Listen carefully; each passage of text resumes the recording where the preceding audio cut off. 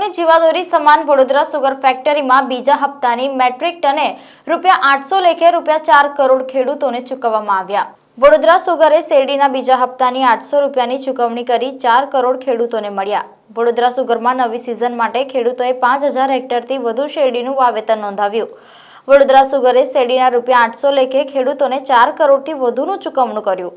ખેડૂતોની જીવાદોરી સમાન વડોદરા સુગર ફેક્ટરીમાં ગત પિલણ સિઝન 2022-2023માં ખેડૂતો દ્વારા સુગર ફેક્ટરીમાં નાખવામાં આવેલા શેરડીના બીજા હપ્તાના મેટ્રિક ટને ₹800 લેખે ₹4 કરોડ ખેડૂતોને ચૂકવવામાં આવ્યા।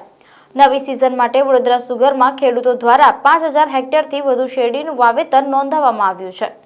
સુગર દ્વારા સતત 2 વર્ષ શેરડીનું પિલાણ કરવાથી ખેડૂતો દ્વારા હાલમાં નવી પિલાણ સિઝન માટે 5000 હેક્ટર કરતાં પણ વધુ શેરડીનું વાવેતર નોંધાયું।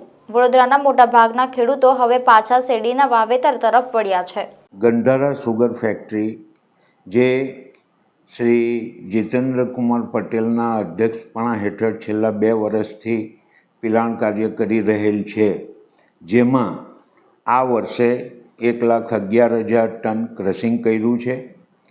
હાલમાં આ વર્ષે 5000 એકરમાં વાવેતર થયું છે, ઉપરાંત હજુ પણ નોંધો આવી રહેલી છે।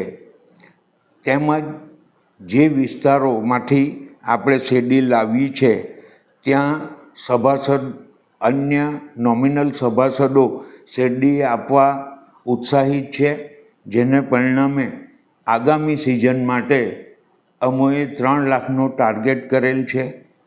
આ ચાલુ વર્ષમાં પહેલો તેમજ બીજો હપ્તો ₹800નો, બીજો હપ્તો 800નો સમયસર પેમેન્ટ કરેલ છે અને હાલમાં ચાલી રહેલ મજૂરોની ભરતીની પ્રક્રિયા પણ આપણા આ ફેક્ટરીના જૂના મજૂરો તેમજ બીજા મજૂરો પણ આશા વધારે ઉત્સાહિત હોય।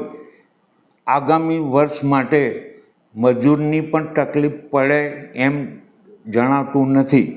ઉપરાંત સંસ્થાએ ચાલુ વર્ષે ફેક્ટરી બંધ થયા બાદ ઉનાળામાં પણ વાવેતર કરી શકાય એ માટે ₹3400માં પર ટન શેરડી ખરીદી અને ₹2500માં ખેડૂતોને માટે અમે સબસિડી તરીકે રકમ નક્કી કરેલ છે અને તેનો પણ ઘણા ખેડૂતોએ લાભ લીધો છે, જેમણે પણ આ વર્ષે ઉનાળામાં વાવેતર કરેલ છે, જેનો આગામી વર્ષમાં ફૂલ રીતે એ લોકો વાવેતર કરવાના છે।